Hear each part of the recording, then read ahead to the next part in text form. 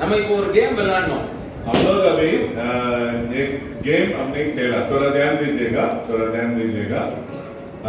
அந்த கேம்ல முதல்ல எல்லாரும் நடந்தாங்க, ரெண்டு டீமும் நடந்துச்சு.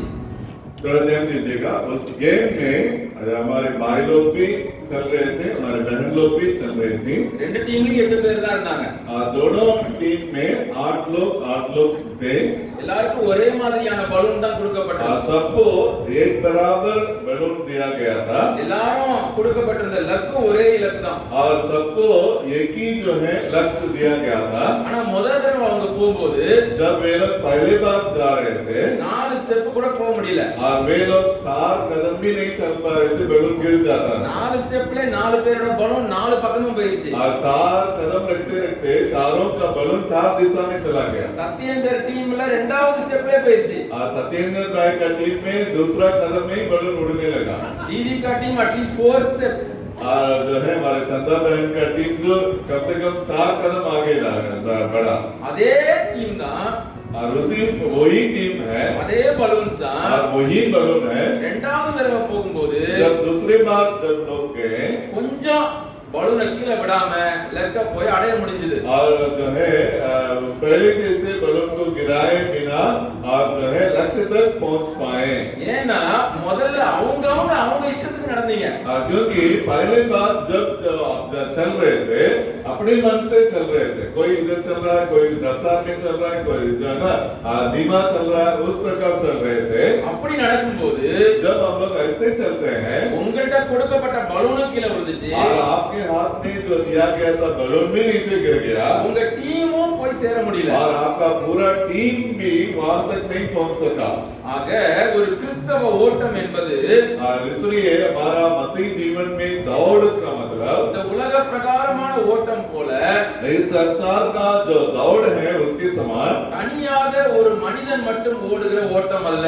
केवल अकेले एक मनुष्य केवल दौड़ने वाला दौड़ नहीं है, நாம் இணைந்து ஓடுகிற ஓட்டம். हम सब कोई एक साथ मिलके दौड़ने वाला एक दौड़ है। புதிய ஏற்பாட்டிலே வேதம் ஒருபோதும் நாம் தனியாக ஓட வேண்டும் என்று சொல்லவில்லை. नया नियम में कहीं भी परमेश्वर का वचन ये नहीं कहता है तुम अकेले दौड़ो।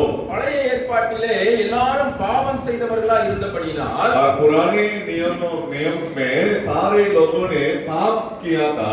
தேவன் எங்கேயோ ஒரு மோசே என்கிற தனி மனிதனை தெரிந்து கொள்வார். वहां पर एक एकांत में रहने वाला एक मूसा को परमेश्वर को चुनना पड़ा। எங்கேயோ ஒரு தனியாக ஒரு நோவாவை தெரிந்து கொள்வார். और वहां पर एक नोवा जो जहां पर जिस कोने में था उसको परमेश्वर ने चुना। எங்கேயோ தனியாக ஒரு கிதியோனை தெரிந்து கொள்வார். और उस कोने में रहने वाला एक गिदोन को परमेश्वर चुना। அவர்களுக்கு மட்டும் பரிசுத்த ஆவியானவர் ஒரு விசேஷ அபிஷேகத்தை கொடுப்பார். और उनके लिए विशेष काम को करने के लिए केवल उन्हीं पर पवित्र आत्मा उतर के आता था और वो विशेष काम करता था। அவர்கள் சில நேரங்களிலே தனியாக ஓடினார்கள். और वे अकेले जो है कई बार उन लोगों ने दौड़ा। சில நேரங்களிலே அவர்களும் தங்களை சுற்றி ஒரு குழுவை அமைத்துக் கொண்டார்கள். जरूर कभी-कभी वे लोग अकेले भी दौड़ते थे, कभी-कभी वे अपने साथ एक झुंड को भी तैयार करके उनके साथ वे दौड़ते थे। புதிய ஏற்பாட்டுக்கு வரும்போது जब हम लोग नया नियम के काल में आते हैं, இயேசு தம்முடைய சீஷர்களை அனுப்பும்போது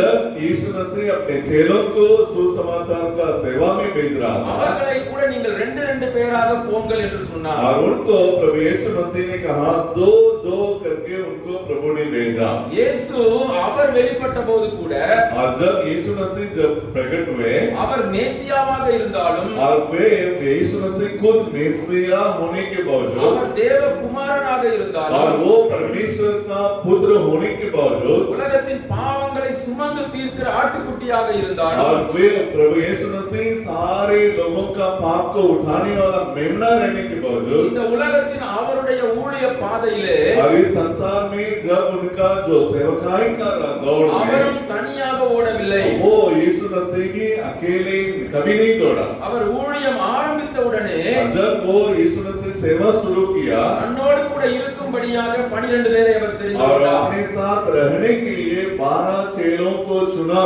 करके वचन बतलाता है। ஆக இந்த காலை வேளையில் நாம் பார்த்தோம், और इसलिए आज हम लोग सुबह में हम लोगों ने देखा பொறுமையோடு கூட ஓட வேண்டும். வேண்டும். हम लोग धीरज के साथ दौड़ना है. நமக்கு நியமித்த ஓட்டத்திலே ஓட வேண்டும். जो दौड़ हमारे लिए निर्धारित किया गया उस दौड़ में हमें दौड़ना है. இந்த மூன்றாவது செஷனிலே ஆண்டவர் நமக்கு கற்றுக் கொடுப்பது, और इस तीसरे सत्र में हमें परमेश्वर ये सिखाता है நாம் இணைந்து ஓட வேண்டும். हम जो है एक दूसरे के साथ मिलके दौड़ना है. நான் தனியாகவே ஓடுகிறேன் என்று சொல்லுவோமானால், यदि मैं कहूँ मैं अकेले ही दौड़ूंगा, ஒருபோதும் நாம் தேவன் வைத்திருக்கிற நோக்கத்தை நிறைவேற்ற முடியாது. कभी भी मैं परमेश्वर की योजना को मैं पूरा नहीं कर सकूंगा. நாம் பிறரோடு இணைந்து ஓட வேண்டியது அவசியம். इसलिए हम जो है एक दूसरे के साथ मिलके दौड़ना ये हमारे लिए बाइबल में रखा गया है. இந்த கேம்ல நம்ம பார்த்தோம், इस जो हमारा खेल में हम लोगों ने देखा 8 பேர் வந்தார்கள்.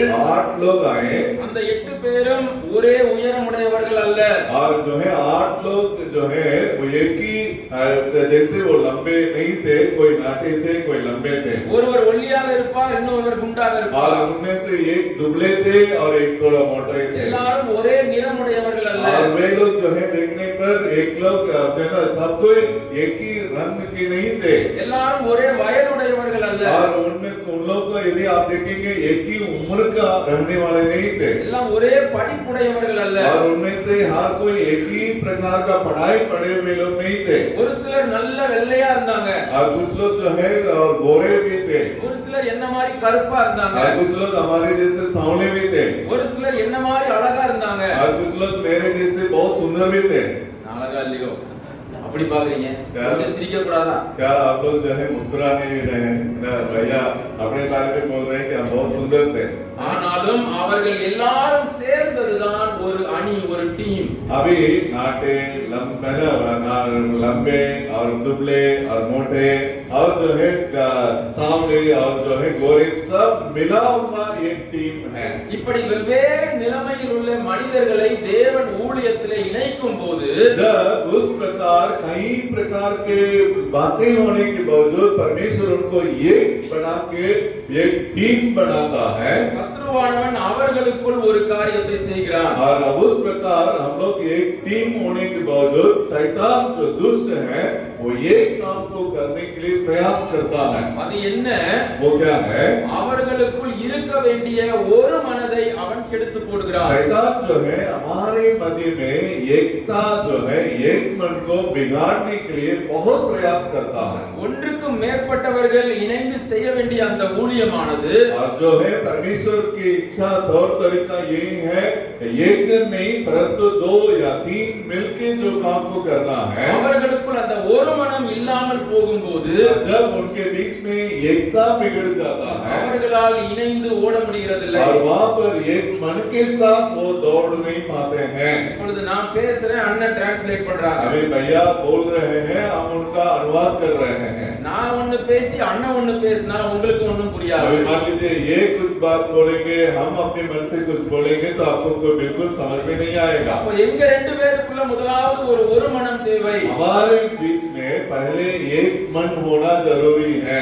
அது இருந்தால் மட்டுமே என்னுடைய ஊழியம் அவர்களுடைய ஊழியம் வெற்றிகரமாக போய் சேரும், நீங்கள் பயனடைவீர்கள். और जब इनका जो बोली है, हमारा जो ये बातें हैं, वो सब एक मन के साथ रहेगा, तब आप लाभ उठा पाएंगे. இதை போலவே தான் ஊழியத்திலே நாம் பலரோடு பல விதங்களிலே இணைக்கப்பட்டிருக்கிறோம். इसी प्रकार हम सेवकाई में भी हम भिन्न भिन्न लोगों के साथ जुड़े गए हैं. நீங்களும் கூட இங்கே மிஷனரிகளாக உங்களுடைய பணித்தலங்களிலே நியமிக்கப்பட்ட தலைவர்களாக வந்திருக்கிறீர்கள். और आप भी अपने अपने क्षेत्र के लिए अगुवे के रूप में चुने हैं. परमेश्वर इस जगह पर एक अगुवा बन के आप आए हैं. எல்லா ஊழியங்களிலும் சத்துரு செய்கிற ஒரு காரியம், அவன் ஒரு மனதை கெடுத்து போடுவதற்கு எல்லா விதத்திலும் முயற்சி செய்வான். शैतान बहुत जो है चालाकी से क्या करता है कि एक मन को बिगाड़ने को बहुत प्रयास करता है ताकि सेवकाई तितर-बितर हो जाए. இதை அறிந்திருந்த அப்போஸ்தலனாகிய பவுல் इसको जो जाना पहचाना जो प्रेरित पौलुस ने क्या कहा, அவர் ரோமாபுரியிலே வீட்டு சிறையில் வைக்கப்பட்டிருந்த போது, जब जो है पौलुस जो है घर में बंदी बना करके उनको रखा गया था या रोम देश में, பிலிப்பி சபை என்கிற ஒரு சபைக்கு ஒரு கடிதத்தை எழுதுகிறார். और फिलिपियों की कलीसिया के लोगों के लिए बंदीगृह में उन्होंने एक चिट्ठी लिखा। அதுதான் நமக்கு புதிய ஏற்பாட்டிலே பிலிப்பியர் நிருபம் என்று கொடுக்கப்பட்டிருக்கிறது. और उसी को हम लोग नया नियम में फिलिपियों की पत्री करके हम लोग पढ़ते हैं। அந்த பிலிப்பியர் நிருபத்திலே பவுல் சொல்லுகிற ஒரு முக்கியமான வசனத்தை நாம் வாசிக்க போகிறோம். आज जो है पौलुस ने जो फिलिपियों की कलीसिया के लोगों के लिए जो लिखा था उस बात को हम देखने जा रहे हैं शाम के समय में। எல்லாரும் எடுத்துக்கொள்ளுங்கள் பிலிப்பியர் 2வது அதிகாரம். फिलिपियों की किताब उसका दूसरा अध्याय को कृपया करके खोल लीजिएगा। தேவனுடைய பிள்ளைகள், தேவ ஊழியர்கள், தேவனுடைய காரியத்தில் இணைந்திருக்கிறவர்கள் எப்படி ஓட வேண்டும் என்று பவுல் அங்கே எழுதுகிறார். वहाँ पे फिलिपियों की कलीसिया के लोगों को जो परमेश्वर के हैं, परमेश्वर ने जिनको एक बनाया है उन्हें कैसे दौड़ना है करके वो हम पर साफ लिख के दिए रखे हैं। பிலிப்பியர் 2வது அதிகாரம் 2வது வசனம். फिलिपियों की पत्री उसका दूसरा अध्याय उसका दूसरा वचन को कोई एक जन हिंदी में पढ़े, कोई एक जन पढ़िएगा, थोड़ा आवाज उठा के पढ़िएगा। तो मेरा यह आनंद पूरा नहीं कि एक मन कहो और एक ही प्रेम, एक ही चीज और एक ही मनसा रखो। நீங்கள் ஏக சிந்தையும் और वहाँ पे एक मन ஏக அன்பும் உள்ளவர்களுமாயிருந்து और एक प्रकार का प्रेम இசைந்த ஆத்துமாக்களாய் और जो है एक दूसरे के साथ ऐसे हम जो है मिलजुल के हम रहे ஒன்றையே சிந்தித்து और एक ही बात को विचार करें என் சந்தோஷத்தை நிறைவாக்குங்கள். और मेरा जो है खुशी और आनंद को आप पर भरपूर कीजिए करके पौलुस कहता है। என்று பவுல் இந்த பிலிப்பி சபைக்கு எழுதுகிறார். और पौलुस जो है फिलिपियों की कलीसिया के लोगों को इस प्रकार वो लिखता है। பவுல் அங்கே சொல்லுகிற காரியம் என்ன? अब यहाँ पर पौलुस ने क्या कहा? நீங்கள் எல்லாரும் சபையாராய் ஒன்றாய் கூடி வருகிறீர்கள், சந்தோஷம். जब आप लोग जो है कलीसिया के लोग एक साथ मिल के आप आराधना करने के लिए, सेवा करने के लिए आते हैं, बहुत अच्छी बात है। தேவ பிள்ளைகளாக ஒன்றாக கூடி ஒருவரை ஒருவர் சந்திக்கிறீர்கள், சந்தோஷம். और परमेश्वर के जन एक दूसरे के साथ मिलने के लिए इकट्ठे होते हैं, बहुत अच्छी बात है। ஆனால் நீங்கள் செய்ய வேண்டிய ஒரு முக்கியமான காரியம், परंतु आप लोग एक बात को ध्यान देना है உங்களுக்குள் முதலாவது ஏக சிந்தை இருக்க வேண்டும். और आप लोगों में से जो है एक मन होना बहुत जरूरी है ஏக அன்பு இருக்க வேண்டும். और एक प्रकार का प्रेम होना जरूरी है। நீங்கள் வெறும் அளவிலே சரீர பிரகாரமாக இணைந்தவர்களாக அல்ல, உங்கள் ஆத்துமாக்களிலே இசைந்தவர்களாக இருக்க வேண்டும். केवल हम लोग शारीरिक तौर पर यहाँ पर इकट्ठे हैं ऐसा नहीं, परंतु आत्मा में भी हम लोग एक होना जरूरी है। நான் சும்மா அண்ணன் மேல என் ஃப்ரெண்ட் மாதிரி தோள்ல கை போட்டுட்டு போயிடலாம். अभी मान लीजिए मैं इनको कहूंगा ये मेरा प्रिय मित्र है करके मैं इनके उनके ऊपर हाथ डाल के बोल सकते हैं। ஆனா என் உள்ளத்துக்குள்ள அவர் மேல ஒரு வெறுப்பை வச்சிருந்தேன்னா அதுல யாருக்கு என்ன புண்ணியம்? अभी मान लीजिए इनके प्रति मेरे अंदर बहुत कड़वाहट भरा है, तो इससे किसको लाभ है? किसी को लाभ नहीं है। வெளிப்பிரகாரமாக பார்க்கும்போது நாங்கள் இருவரும் நெருங்கிய நண்பர்கள் போல காட்சி அளிக்கும். और बाहर देखने में लगेगा कि ये दोनों इतना अच्छा मित्र है करके समझ में आएगा, ஆனால் எங்களுக்குள் ஒரே சிந்தை இல்லை, हमारे अंदर एक विचार नहीं है எங்களுக்குள் ஏக அன்பு இல்லை, और हमारे अंदर एक प्रकार का प्रेम नहीं है எங்களுக்குள் இசைந்த ஆத்துமா இல்லை. और हमारे अंदर एक मन, एक जो है एक प्रकार का आत्मा नहीं है। அப்படி இருக்கும்போது जब उस प्रकार रहेगा எப்படி நாங்கள் இருவரும் சேர்ந்து தேவன் வைத்திருக்கிற நோக்கத்தை நிறைவேற்ற முடியும்? तो यदि उस प्रकार रहेगा तो आप दोनों मिलके कैसे परमेश्वर की इच्छा को पूरी करेंगे? ஒருபோதும் முடியாது. वो कदापि न हो सकता है। ஆகவேதான் பவுல் எழுதுகிறார், इसलिए पौलुस लिखता है, தேவ சபையே, हे परमेश्वर के जन, ஊழியர்களே, सेवक भाई, தேவ பிள்ளைகளே, हे परमेश्वर के जन, நீங்கள் எல்லாரும் கூடி வந்திருந்தாலும் जब जब आप इकट्ठे होते हैं உங்களுடைய இணைப்பு और आप जो है इकट्ठा होना அது வெறும் சரீர பிரகாரமானதாக இருக்கக்கூடாது. केवल वो शरीर के अनुसार न रहे ஆத்மாவும் ஒன்றுக்கொன்று இணைந்திருக்க और வேண்டும். आपका आत्मा भी एक मन के साथ जुड़ा हुआ रहे। நீங்கள் வெவ்வேறு பணித்தலங்களிலே வைக்கப்பட்டிருந்தாலும் आप लोग जो है भिन्न भिन्न कार्य क्षेत्र में रखे गए हैं உங்களுடைய பணித்தலத்திலே ஒருவேளை நீங்கள் மட்டும் இருக்கலாம், और आपके कार्य क्षेत्र में शायद आप अकेले हो सकते हैं कि पूरे क्षेत्र में। அப்படி இருக்கும்போது நான் யாரோடு இணைந்து ஊழியம் செய்வது என்ற கேள்வி உங்களுக்கு வரலாம். अभी आपके मन में आएगा कि भैया मैं अपने क्षेत्र में किसके साथ मिलकर सेवा करूं? அதைத்தான் முதலாவது நாம் பார்க்க போகிறோம். हम लोग जो है उसी बात को हम यहाँ पर देखने जा रहे हैं। முதலாவது நாம் யாரோடு இணைந்து செயல்பட வேண்டும்? हम लोग जो है किसके साथ एक मन के साथ मिलकर काम करना है। யோவான் 15ஆம் அதிகாரத்திலே यो यूहन्ना रचित सुसमाचार 15वां अध्याय में இயேசு சொல்கிறார், நான் திராட்சை செடி, और यीशु मसीह ने कहा मैं दाखलता हूँ, என்னோடு இணைந்திருக்கிற கொடிதான் மிகுந்த கனிகளை கொடுக்கும். जो डाली मुझमें बनी रहेगी वो अधिक फल फलेगी। ஆக முதலாவது ஒரு தேவப்பிள்ளை அறிந்து கொள்ள வேண்டியது, पहले एक परमेश्वर का जन को इस बात को मन में रखना है, இந்த கிறிஸ்தவ ஓட்டத்தை நான் தனியாக ஓடி நிறைவேற்றி விட முடியாது. इस मसीह जीवन का दौड़ को मैं अकेले दौड़ के उसको मैं पूरा नहीं कर सकूंगा। என்னுடைய ஆவி, ஆத்மா, சரீரம் இயேசு கிறிஸ்துவோடு கூட இணைந்திருக்க வேண்டும். मेरा शरीर, प्राण, आत्मा प्रभु यीशु मसीह के साथ मिलजुल के रहना है। அவரோடு கூட ஒரு இசைந்த வாழ்வு எனக்கு இருக்கும்போதுதான் और उनके साथ मिलजुल के जब मैं रहूंगा, என்னுடைய ஓட்டத்தை நான் நிறைவாக்க முடியும். मेरा दौड़ को मैं सही रीति से पूरा कर सकूंगा। இயேசுவோடு கூட இசைந்த வாழ்வு நமக்கு இருக்கும்போது और प्रभु यीशु मसीह के साथ मिलजुल के जब हम रहेंगे, ஒவ்வொரு நாளும் நாம் அதிக நேரம் தனித்தனியாக தேவனோடு கூட செலவிடுவோம். और हम लोग जो है क्या करेंगे कि अधिक समय हम परमेश्वर के साथ, यीशु मसीह के साथ, हमारा उद्धारकर्ता के साथ समय व्यतीत करेंगे। ஜெபத்திலே காத்திருந்து தேவனோடு கூட இடைப்படுவோம். और परमेश्वर के बात जोते हुए और उनका प्रार्थना में लवलीन हम रहेंगे। வேத வசனத்திலே வாசித்து தேவனுடைய வார்த்தைகளை और பெற்றுக்கொள்வோம். परमेश्वर का वचन को पढ़ने के लिए समय निकालेंगे और पढ़ के उससे हम शक्ति और बल प्राप्त करेंगे। பரிசுத்த ஆவியானவரும் நம்மோடு கூட தங்கி இருந்து ஒவ்வொரு நாளும் நம்மை நடத்துவார். और पवित्र आत्मा भी हमारे संग रह के हमें समझती देंगे, हमें आगे बढ़ाएगा। இயேசுவோடு கூட ஒரு தனிப்பட்ட உறவு இல்லாமல் நாம் என்ன ஊழியம் செய்தாலும் ஒரு வெற்றியையும் பார்த்து விட முடியாது. हम प्रभु यीशु मसीह के साथ एक घनिष्ठ रिश्ता रखे बिना आप जितना भी सेवा करें वो सेवा आपका फलस्वरूप नहीं रहेगा। ஆக ஒரு தேவ பிள்ளை, ஒரு ஊழியன் அறிந்திருக்க வேண்டிய காரியம், நான் முதலாவது தேவனோடு கூட என்னுடைய வாழ்க்கையை இணைத்து வைத்திருக்கிறேன். इसलिए एक परमेश्वर के दास, एक परमेश्वर का जन को इस बात को दीक्षित कर लेना है, क्या है, मेरा जीवन, मेरा जो है जीवन, मेरा सेवकाई का जीवन, व्यक्ति के जीवन यीशु मसीह के साथ घनिष्ठ रिश्ता में है करके इसको पूरा कर लेना है। Hallelujah, hallelujah. அப்படி இசைந்திருக்கும் பட்சத்திலே जब हम लोग यीशु मसीह के साथ उस प्रकार रहने से, என்னுடைய ஊழியம், என்னுடைய முயற்சி ஒன்றும் விருதாவாய் போகாது. और मेरा जो है परिश्रम मसीह यीशु में व्यर्थ नहीं जाएगा।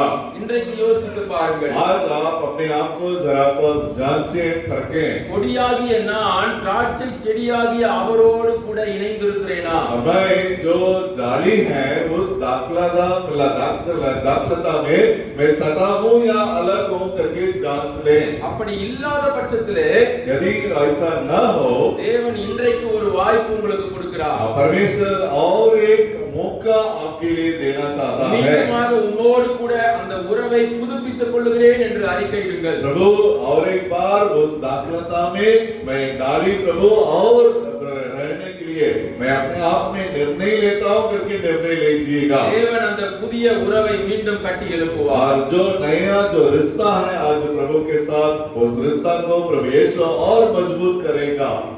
அடுத்ததாக நாம் யாரோடு கூட இணைந்து ஓட வேண்டும்? दूसरा, हम किसके साथ मिलके सट के दौड़ना है। தேவன் உங்களை தனித்தனி குடும்பமாக அழைத்திருக்கிறார். और प्रभु जरूर अलग अलग परिवार के रूप में आपको सेवकाई में बुलाया है। நம்முடைய குடும்பத்திற்குள்ளும் ஒரு இசைந்த ஆத்மாவாய் நாம் காணப்பட हम வேண்டும். लोग जो है परिवार में भी हम पति पत्नी हम एक दूसरे के साथ एक मन के साथ दौड़ना जरूरी है। கணவன் மனைவியோடு கூட, और पति अपनी पत्नी के साथ, பெற்றோர் பிள்ளைகளோடு கூட, और माता पिता अपने बच्चों के साथ, நம்ம எல்லாரும் ஒரு குடும்பமாக ஆண்டவர் ஒரு ஊழியத்திலே வைத்திருக்கிறார். और हम एक एक परिवार को परमेश्वर सेवकाई में नियुक्त किया है, ठहराया है। கணவனுடைய கணவனுடைய சிந்தனை ஒரு விதத்திலே வேறு மாதிரியாக இருக்கும். अभी मान लीजिए पति का विचार अलग हो மனைவியுடைய சிந்தனை வேறு விதத்திலே இருக்கும். और पत्नी का विचार अलग हो பல நேரங்களிலே பிள்ளைகள் வேறு பக்கம் நம்மை और இழுப்பார்கள். कई बार बच्चे जो है उनके अंदर अलग विचार रहता है, वो दूसरे तीसरे दिशा में खींचते हैं। ஊழியத்திலே அப்படி இல்லாதபடி और हमारे सेवकाई में ऐसा न हो, நாம் இணைந்த ஆத்துமாக்களாக हम लोग जो है पूरे मिलजुल के ஏக சிந்தையுள்ளவர்களாக और एक विचार के साथ ஏக और அன்புள்ளவர்களாக एक ही प्रेम के साथ முதலாவது குடும்பமாக இணைந்து ஓடுவதற்கு அழைக்கப்பட்டிருக்கிறோம். और पूरे परिवार एक परिवार या एक मन के साथ परिवार हम दौड़े और उस दौड़ को हम पूरा करें। அப்படி குடும்பமாக இணைந்து செயல்படும் போது जब हम लोग परिवार मिलके हम प्रभु के लिए जब हम दौड़ते தேவன் हैं நம்முடைய முழு குடும்பத்தையும் எடுத்து और பயன்படுத்துகிறார். हमारा परिवार पूरे परिवार को परमेश्वर अपने नाम की महिमा के लिए इस्तेमाल करेगा। हालेलुया। அல்லேலூயா. பழைய ஏற்பாட்டிலே தேவன் ஒரு தனி மனிதனாகிய நோவாவை தெரிந்து கொண்டார். पुराना नियम में एक अकेले इंसान नूह को परमेश्वर चुना। ஆதியாகமத்தின் புத்தகம் 6ஆம் அதிகாரத்திலிருந்து 10ஆம் அதிகாரம் வரை நோவாவை குறித்து நாம் வாசிக்கிறோம். और उत्पत्ति की किताब 6 अध्याय से लेकर के 10वां अध्याय तक नूह के बारे में हम पढ़ते हैं। அந்த நாட்களிலே மனிதர்கள் எல்லாரும் பாவம் செய்து தேவனை மிகவும் துக்கப்படுத்தினார்கள். उन दिनों में नूह के समय में लोगों ने परमेश्वर के विरुद्ध में कई प्रकार का पाप को करके परमेश्वर का दिल को ठुकरा दिया। அந்த சூழ்நிலையிலே தேவன் பூலோகத்தின் மனிதர்களை கண்ணோக்கி பார்க்கிறார். और उस समय में परमेश्वर स्वर्ग में से पृथ्वी में देखा सारे लोगों का पाप अत्यंत बढ़ गया। வேத வசனம் சொல்லுகிறது தேவன் மனுபுத்திரனை உண்டாக்கினதற்காக வேதனைப்பட்டாராம். और वहां पर वचन में लिखा है परमेश्वर जब मनुष्य को बना क्यों मैं बनाया करके खेदित हुआ। அப்பொழுது தேவன் யோசிக்கிறார், நான் இந்த முழு சந்ததியும் அழித்துவிட்டு புதிய சந்ததியை உருவாக்க போகிறேன் என்று யோசிக்கிறார். परमेश्वर अपने मन में ये विचार करता है मैं इन सारे लोगों को सत्यानाश कर दूंगा और मैं एक नया जो है लोगों को बनाऊंगा करके विचार करता है। முழு உலகமும் கெட்டு போயிருந்தாலும் கூட और पूरा संसार बिगड़ गया था। அங்கே உத்தமனும் நீதிமானுமாய் வாழ்ந்து கொண்டிருந்த நோவா என்கிற ஒரு மனிதனையும் தேவன் பார்த்தார். और वहां पर खरा और सीधा जो है सीधाई में चलने वाला नूह को परमेश्वर ने देखा, उनकी दृष्टि उन पर गई।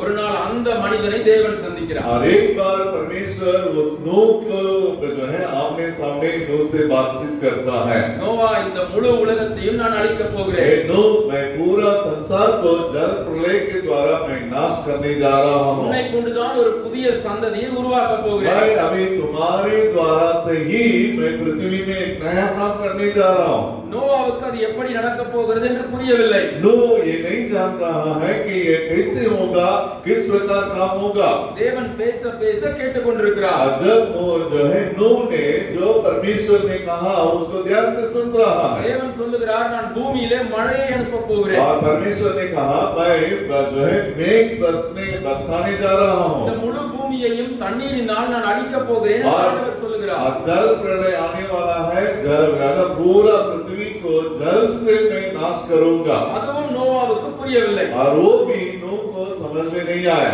ஏனென்றால் அதுவரைக்கும் பூமியில் இருந்த மனிதர்கள் மழையை பார்த்ததில்லை. क्योंकि उन दिनों समय उस समय तक लोगों ने ऊपर से आसमान से पानी बरसते हुए उन लोगों ने नहीं देखा। தேவன் பூமியை படைத்தபோது जब परमेश्वर ने इस पृथ्वी को बनाया था ஜலத்தை இரண்டாக பிரித்தார். और जो है जल को दो भाग किया வானத்திற்கும் கடலும் என்று தனித்தனியாக பிரித்தார் என்று நாம் और வாசிக்கிறோம். उसको जल को दो भाग करके आसमान और समुद्र करके प्रभु ने बनाया। நோவாவின் நாட்கள் வரை மழை என்ற ஒன்றை ஜனங்கள் பார்த்ததே கிடையாது. नूह के समय तक लोगों ने पानी या बरसात को लोगों ने कभी नहीं देखा, कभी नहीं सुना। நோவாவினால் அதை கற்பனை கூட செய்து பார்க்க முடியவில்லை. नूह को भी ये कैसे होगा, आसमान से कैसे पानी गिरेगा करके उसको भी बिल्कुल नहीं समझ में आया। இதுவரைக்கும் நீங்க மழையவே பார்த்ததில்லைன்னு வச்சுக்குவோம். मान लीजिए आप अभी तक बरसात को कभी नहीं देखा। நான் வந்து உங்கள்கிட்ட மழை பெய்ய போகுதுன்னு சொன்னா உங்களுக்கு ஏதாவது अभी புரியுமா? मान लीजिए भैया आके आपसे कहेंगे कि भैया बारिश होने जा रहा है, तुरंत आप पूछेंगे कि बारिश का मतलब क्या है। அதே நிலைமை தான் நோவாவுக்கு. उसी प्रकार नूह को भी उसी प्रकार लगा। நீங்க பார்க்காத ஒரு விஷயத்தை நான் வந்து சொல்லும்போது எப்படி உங்களுக்கு புரியாதோ அதே மாதிரி தான் நோவாவுக்கு ஒண்ணும் புரியல. जब आपने आपने जिस बात को अपनी आंखों से नहीं देखा, कोई आके आपसे कहे तो आपको जैसे नहीं समझ में आएगा, वैसे ही उन दिनों में नूह को भी पानी बरसने जा रहा है तो उनको समझ में नहीं आया। பின்னர் தேவன் நோவாட்ட சொல்றார், நீ ஒரு பேழையை செய்ய வேண்டும். और उसके बाद परमेश्वर ने नूह से कहा, तुम एक जहाज को बनाओ।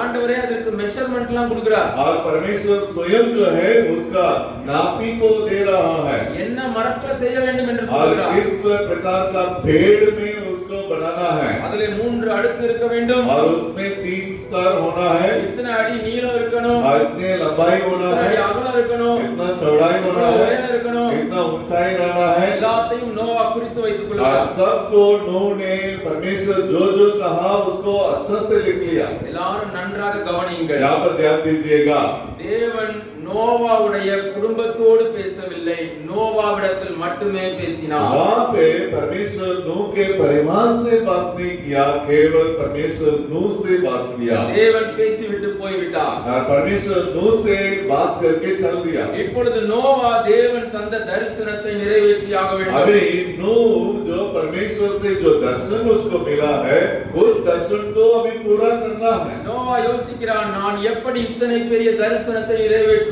अभी इतना बड़ा दर्शन को मैं अकेले कैसे उसको मैं पूरा करूंगा? மழை என்றால் என்னவென்றே தெரியவில்லை. मुझे नहीं समझ में आ रहा है कि बरसात का मतलब या पानी बरसने का मतलब क्या है, मुझे नहीं समझ में आ रहा है। தேவன் காட்டுகிற விலங்குகளை எல்லாவற்றையும் பாதுகாக்கிற அளவிற்கு ஒரு பேழையை செய்ய வேண்டும், எப்படி என்று தெரியவில்லை. और परमेश्वर जितने घरेलू पशु को और जो है घरेलू पशु को कहता है, इतने सारे पशुओं को रखने लायक जहाज बनाना है, वो कैसे बनेगा?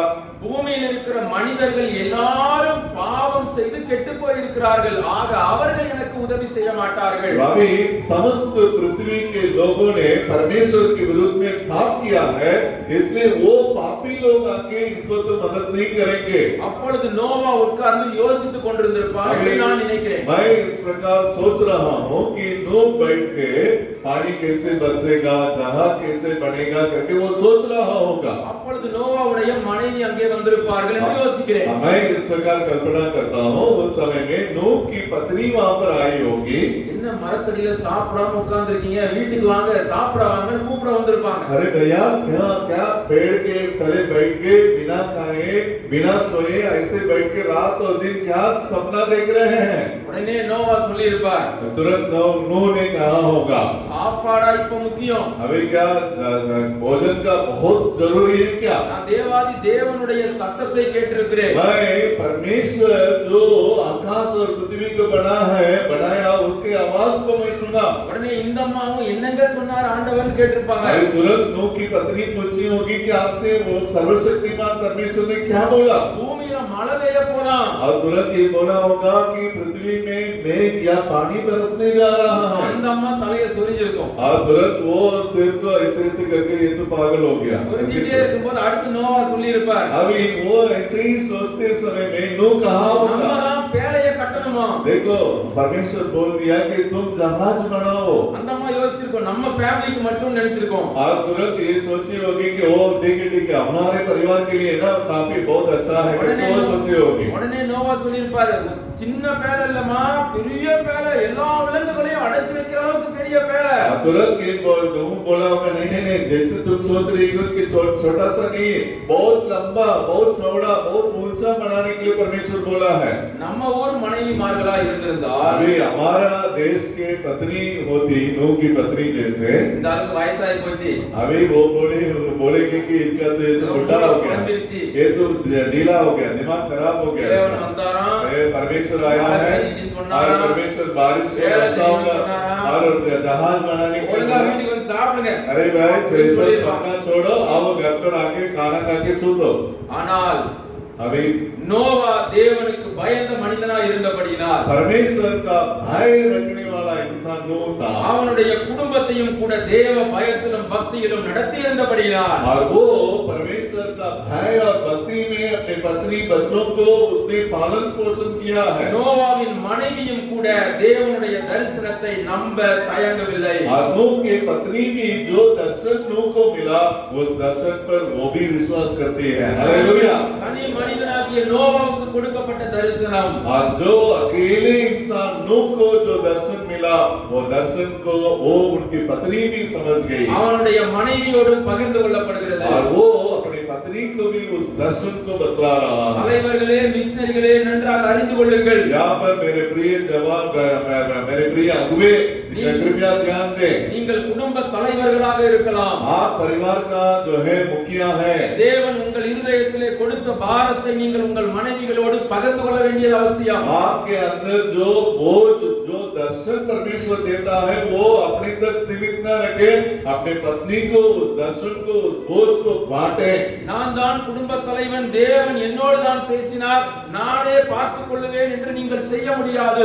यदि आप बोलेंगे परमेश्वर मैं तो परिवार का मुखिया हूँ, इसलिए परमेश्वर मुझसे ही कहा है, मैं उसको अकेले करूंगा करके आप सोचेंगे, आपसे होगा ही नहीं। மனைவிமார்களே, உங்களுக்கும் அதே பிரமாணம் தான். मेरे प्रिय बहनों को मैं कहूंगा, आपको भी यही है। சில நேரங்களிலே தேவன் உங்களோடு கூட இடைப்படுவார். कभी-कभी परमेश्वर आपसे बर्ताव करता है। அப்படி சில காரியங்களை தேவன் உங்களிடத்திலே சொல்லும்போது जब परमेश्वर आपसे ऐसे बर्ताव करते நீங்கள் समय, உங்கள் குடும்பத்தோடு முதலாவது பகிர்ந்து கொள்ள வேண்டியது அவசியம். आप भी अपने पति के साथ बैठ के उस दर्शन के बारे में बातचीत करना बहुत जरूरी है। அதை நீங்கள் இருவரும் இணைந்து ஜெபத்தோடு ஒருவரை ஒருவர் பகிர்ந்து அறிந்து கொள்ளும்போது जब आप दोनों बैठ के आपस में उस दर्शन के बारे में बहुत बातचीत करेंगे, प्रार्थना करेंगे, उसके लिए योजना बनाएंगे, அந்த தரிசனம் உங்கள் பிள்ளைகளுக்குள்ளும் கடத்தப்படும். और वो दर्शन आपके बच्चों में भी जाएगा। हालेलुया। அல்லேலூயா.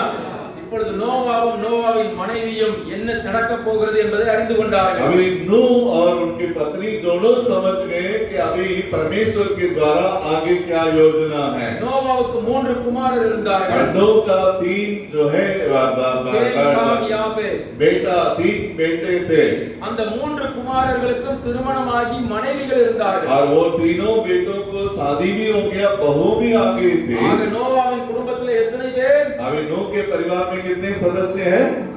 कितने सदस्य हैं? 8 பேர். 8 सदस्य हैं। Very good. அந்த 8 பேருக்குள்ளும் அந்த தரிசனம் ஒவ்வொன்றாக கடத்தப்படுகிறது. अभी 8 जन के अंदर जो एक जन को दर्शन मिला, अभी 8 जन के अंदर वो दर्शन काम कर रहा है। தரிசனம் கொடுக்கப்பட்டது நோவாவிடத்தில். अभी दर्शन जो है दिया गया था केवल नूह को, ஆனால் அந்த தரிசனத்தை நிறைவேற்றுவதற்காக உழைத்தது அந்த முழு குடும்பமும். अब उस दर्शन को पूरा करने के लिए जो मेहनत, जो कठिन मेहनत, परिश्रम किया, पूरे परिवार मिलकर के। हालेलुया। அல்லேலூயா. ஒரு நாள் 2 நாள் அல்ல, एक दिन 2 दिन नहीं, ஒரு வருடம் 2 வருடம் அல்ல, 1 साल 2 साल नहीं, சுமார் 120 வருடம் நோவா பிரசங்கம் பண்ணி இருக்கலாம் என்று और சொல்லப்படுகிறது. नूह उस जहाज को बना के प्रचार किया 120 वर्ष।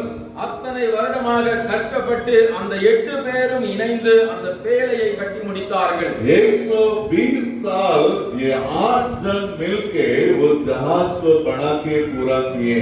அந்த 8 பேரும் இணைந்து இருக்காவிட்டால், मान लीजिए वो 8 जन मिलके इस काम को नहीं करते, அந்த குடும்பம் இணைந்து இருக்காவிட்டால், वो परिवार, नूह का परिवार उसने पूरा साथ नहीं दिए होते, தேவன் தந்த தரிசனம் நிறைவேறி இருக்க வாய்ப்பில்லை. परमेश्वर का दिया हुआ वो दर्शन पूरा होने का कोई संभावना नहीं रहा। அவர்கள் பேழையை கட்ட ஆரம்பிக்கும் போது கூட जब वे जो है जहाज को बनाना शुरू किए, சுற்றி இருந்த மக்கள் எல்லாம் பார்த்து கேலி பண்ணி और இருப்பார்கள். अगल बगल के रहने वाले सब मजाक उड़ाए होंगे, हंसी किए होंगे। நோவாவினுடைய மனைவியிடத்திலே அவங்க பக்கத்து வீட்டு அக்கா கூட்டு கேட்டிருப்பாங்க, नूह के घर के बगल में रहने वाले नूह के पत्नी से पूछी होगी, बहन, ए बहन जी, என்ன உங்க வீட்டுக்காரர் தான் ஏதோ அறிவு இல்லாம இருக்காருன்னா உனக்கு எங்க போச்சு அறிவு?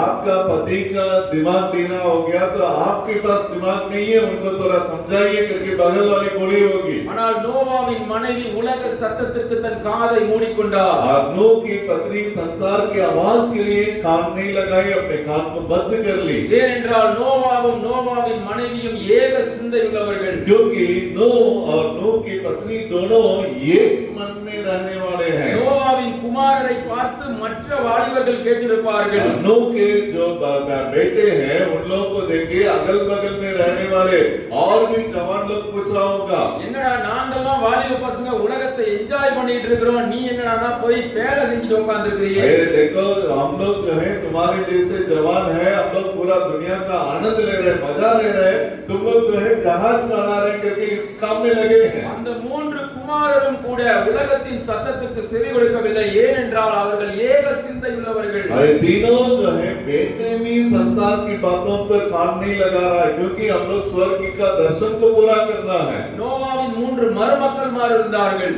और नूह के 3 बहू लोग थे, அவர்களையும் கூட நோவா தன்னுடைய தரிசனத்தோடு இணைத்திருக்கிறான். அதுதான் ஆச்சரியம். और जो है बहू लोगों को भी परमेश्वर नूह ने उस दर्शन में उनको भी बांध दिया। மருமக்கள்மாரையும் தன்னுடைய தரிசனத்தோடு இணைக்கக்கூடிய அளவிற்கு நோவாவுடைய வாழ்க்கையும் நோவாவுடைய மனைவியுடைய வாழ்க்கையும் இருந்திருக்கிறது என்றால் அவர்கள் எத்தனை உத்தமமாய் நடந்திருக்கிறார்கள். जरा ध्यान दीजिएगा, नूह और नूह की पत्नी कितना खराई का जीवन जिए होंगे। उनके 3 बेटों को छोड़िए, परंतु तीनों बहुओं को परमेश्वर का स्वर्ग का दर्शन में वो बांध दिए हैं। कितना कभी खराई का जीवन जिए होंगे। हालेलुया। நம்முடைய குடும்பமும் நோவாவுடைய குடும்பம் போல இணைந்து செயல்படுவோமானால், यदि हमारा परिवार भी नूह के परिवार जैसे मिलजुल के जब हम काम करें, நாமும் தேவன் நமக்கு வைத்திருக்கிற தரிசனத்தை நிச்சயமாய் அடைந்து முடிப்போம். जरूर आप भी आपका दिया गया जो दर्शन है उसको आप अपने परिवार के साथ मिलकर उस दर्शन को पूरा करेंगे। என்னென்ன காரியங்கள் நம்முடைய குடும்பத்திற்குள் இணைந்து ஓட முடியாதபடி விதிவினையை உண்டாக்குறது என்பதை நீங்கள் அறிந்திருக்கிறீர்கள், தேவனும் அறிந்திருக்கிறார். देखिएगा, थोड़ा ध्यान दीजिएगा, आप अपने परिवार के साथ पत्नी के साथ मिलकर इस दर्शन को पूरा करने में कौन सी बात आपको रोक रहा है आप जानते हैं, आपकी पत्नी जानते हैं, इसलिए आज आप उस बातों से मन फिरें ताकि एक मन में जो होके आप परमेश्वर के दर्शन को पूरा करें। இன்றைக்கு குடும்ப கூடுகையிலே கூடி வந்திருக்கிற மிஷனரிகளே, தலைவர்களே, आज इस जो है यहाँ पर आए हुए इस पारिवारिक सम्मेलन में भाग लेने वाले मिशनरी अगुवे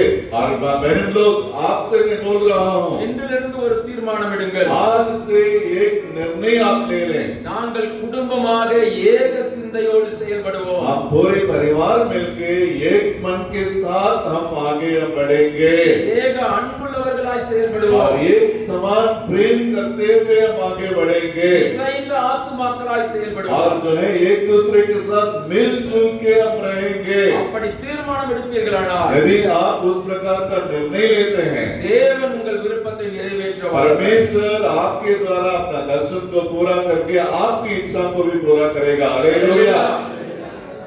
கர்த்தர் நல்லவர். परमेश्वर बड़ा है। முதலாவது நாம் தேவனோடு இணைந்திருக்க வேண்டும். पहला जो है हम परमेश्वर के साथ मिलके அவரோடு रहना இணைந்து है ஓட வேண்டும். और उनके साथ मिलके दौड़ना है। அடுத்தது குடும்பமாக இணைந்து ஓட வேண்டும். दूसरा, हम परिवार के साथ मिलके हमें दौड़ना है। அடுத்தது இன்னொரு ஓட்டத்தை நான் காண்பிக்க और விரும்புகிறேன். एक जो है दौड़ को मैं दिखाऊंगा। மார்க் எழுதின சுவிசேஷம் मरकुस रचित सुसमाचार 2வது அதிகாரம் उसका दूसरा अध्याय 1 8 வரையுள்ள வசனத்திலே, और उसका 1 वचन से लेके 8 वचन तक, 1 11 வரையுள்ள வசனத்தை குறித்து வைத்துக் கொள்ளுங்கள், வீட்ல போய் வாசியுங்கள். अभी वहां पर उसको नोट कर लीजिएगा। मरकुस रचित सुसमाचार 2 अध्याय 1 से 11 वचन नोट कर लीजिएगा, बाद में जाके पढ़िएगा। அங்கே ஒரு சம்பவம் சொல்லப்பட்டிருக்கிறது. वहां पर एक घटना वहां पर बताया गया है அங்கே ஒரு கூட்டம் இணைந்து செயல்படுகிறது. और वहां पर एक झुंड मिलके काम कर रहा है। இயேசு கப்பர்நகூம் என்கிறதான ஒரு பட்டணத்திற்கு வருகிறார். और वहां पर यीशु मसीह कफरनहूम करके एक शहर में आके सेवा कर रहे हैं। அங்கே வந்து ஒரு வீட்டிலே அவர் தங்கி और இருக்கிறார். वहां पर एक घर में यीशु मसीह है। அங்கே வீட்டிலே அவர் தங்கி இருக்கிறதை கேள்விப்பட்ட உடனே और जब यीशु मसीह इस घर में है करके लोगों ने जब सुना, அவர் வீட்டிலே இருக்கிறார் என்று கேள்விப்பட்ட அந்த ஊர் ஜனங்கள் और वो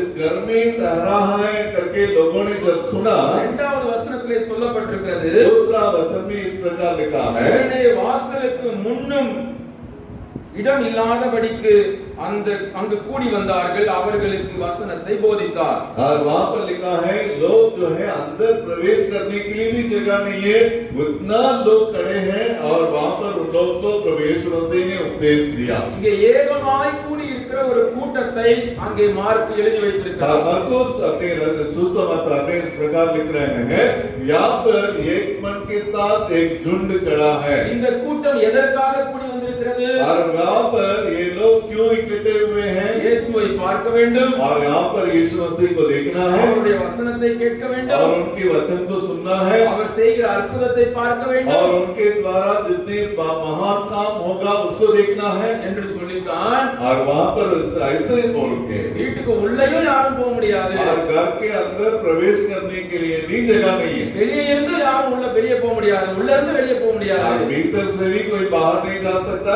बाहर से भी कोई भीतर नहीं आ அவ்வளவு सकता। கூட்டம் கூடி இருக்கிறது. इतना बड़ी भीड़ है उस घर में எல்லாரும் உட்கார்ந்து தேவ வசனத்தை கேட்டுக் और கொண்டிருக்கிறார்கள். वहाँ पर यीशु मसीह का संदेश उपदेश को लोग सुन रहे இந்த हैं। கூட்டம் என்ன கூட்டம் என்பதை நான் பின்னர் விளக்குகிறேன். और ये किस प्रकार का झुंड है मैं आगे बताऊंगा। ஆனால் அதே நேரத்திலே पर यहाँ पर ध्यान दें, அந்த கப்பர்நகூமிலே उस कफरनहूम शहर இந்த में வீட்டிலிருந்து சில மைல் தூரத்திலே इस जो है इस घर से कुछ दूर में அங்கே ஒரு வீட்டிலே ஒரு மனிதன், ஒரு வாலிபன் வியாதியாய் படுத்திருக்கிறார். और वहाँ पर कुछ दूर में जो यीशु मसीह जिस घर में है वहाँ कुछ दूर में एक जवान वो बीमार है, वो बिस्तर में है அவன் திமிர்வாதக்காரன் என்று வேதவசனம் சொல்லுகிறது. और उनके वो बारे में बाइबल बतलाती है वो लकवे का मरा हुआ व्यक्ति है। உடம்பிலே உயிர் இருக்கிறது, अभी शरीर में जान तो है கையை காலை அசைக்க முடியாது, और हाथ पैर नहीं हिल रहा அவனாக है, எழுந்து நடக்க முடியாது, वो अपने से चल नहीं सकता, அவனாக சாப்பிட முடியாது.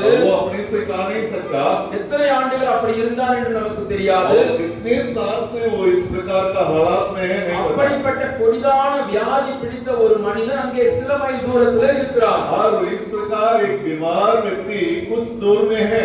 இப்பொழுது அந்த மனிதனும் இயேசுவிடத்திலே வந்தால் அவனுக்கு சுகம் கிடைக்கும். अभी वो मनुष्य जो है वो यीशु मसीह के पास आएगा, उसको भी चंगाई मिलेगा। பல ஆண்டுகள் அவன் வியாதிப்பட்டிருந்தபடியினால் बहुत सालों से वो बीमार था பலர் அவனை வெறுத்திருப்பார்கள். और बहुत लोग उनके पास जाना पसंद नहीं किए होंगे அவர்கள் குடும்பத்தாரும் அவனை பாரமாகத்தான் எண்ணி और இருப்பார்கள். उनके परिवार वाले भी सोचे होंगे कि ये तो हमारे लिए बहुत बड़ा बोझ है, ஏனென்றால் அவன் ஒரு வளர்ந்த வாலிபன் என்று சொல்லுகிறது क्योंकि வசனம். वचन बताता है कि वो एक जवान था, सियान व्यक्ति था। அத்தனை பெரிய வாலிபன் இப்படிப்பட்ட வியாதியிலே படுத்து கிடக்கும்போது குடும்பம் எல்லாருக்கும் வேதனை தானே. अभी इतना बड़ा जवान लड़का बिस्तर में है, पूरे परिवार दुखित होंगे। ஆனால் இயேசுவிடத்திலே இவனை கொண்டு போவதற்கு யாரும் முன்வரவில்லை. अभी यीशु मसीह के पास जो थोड़ी दूर में है उनको यीशु मसीह के पास ले जाने के लिए और कोई नहीं था। அந்த அதிகாரத்தின் முதல் வசனம் சொல்கிறது, और उस अधिकार जो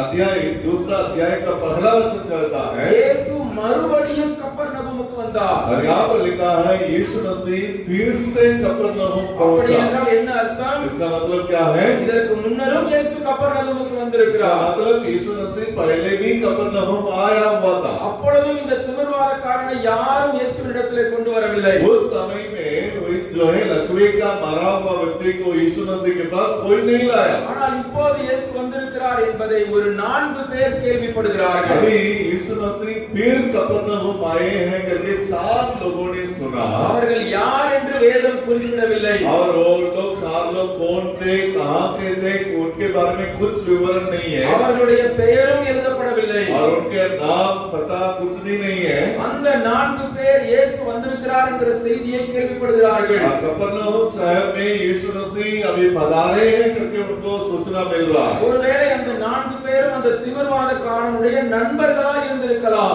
और वे चारों लकवे का मरा हुआ व्यक्ति का मित्र हो सकते हैं। அப்பொழுது அந்த 4 பேர் யோசிக்கிறார்கள், अभी ये चारों सोच रहे हैं ஒருவேளை அந்த திமிர்வாதக்காரனை இயேசு கிட்ட கொண்டு வந்துட்டா அவனுக்கு சுகம் கிடைக்குமே.